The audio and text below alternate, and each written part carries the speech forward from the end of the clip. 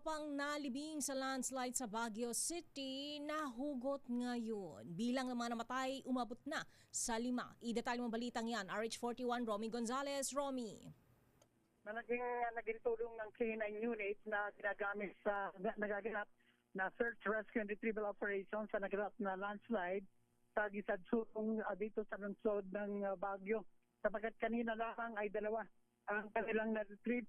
Isang 2-year-old na batang babae, bandang alas 2:53 at sumunod naman, ang isa pang adult na babae naman, ang na-retrieve nila, subasta sa kanilang nasawi. Kung kaya umakyat na sa 5 ang kumpirmadong nasawi sa naturang landslide. 3 yung na-retrieve o bale 4 yung na-retrieve na buhay. Samantalang meron pang 5 pa yung sinasabing hinahanap pa ng iba't ibang mga rescue team na galing na sa iba't ibang lugar sapagkat may mga uniform personnel na rin na dumating na sa kanila ay kahalili. Yung mga napagod magdamag na nagsagawa ng naturang operasyon sa lakas ng ulan, hindi sila natinag upang ituloy itong rescue operation. Subalit tabang tumatagal nga ay dumadami itong nagiging biktima o kaya nasawi sa naturang landslide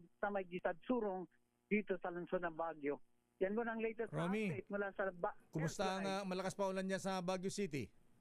Oo, napakalakas pa rin yan. Pero alam mo, hindi natitinag yung mga rescue teams Kahit na ganang kwan, pero napakadelikado sapagkat yung lupa napaklambot na, medyo putik-putik na ito. So, at pahirapan, that justice nag-iingat naman sila. So yung K9 unit, yung kanilang pinagana, sila ay yun ang naging kumbaga ay susi kung bakit natagpuan kanina yung isang adult na babae at 2 2-year-old na babae sa naturang ground zero diyan sa may Gisadsurong Lakay. Okay nga Rod, maraming salamat Romy, ingat kayo dyan. Yan mo ang latest na update dito si RH41, Romy Gonzalez para sa DZRH. Una sa Pilipinas, una sa Pilipino.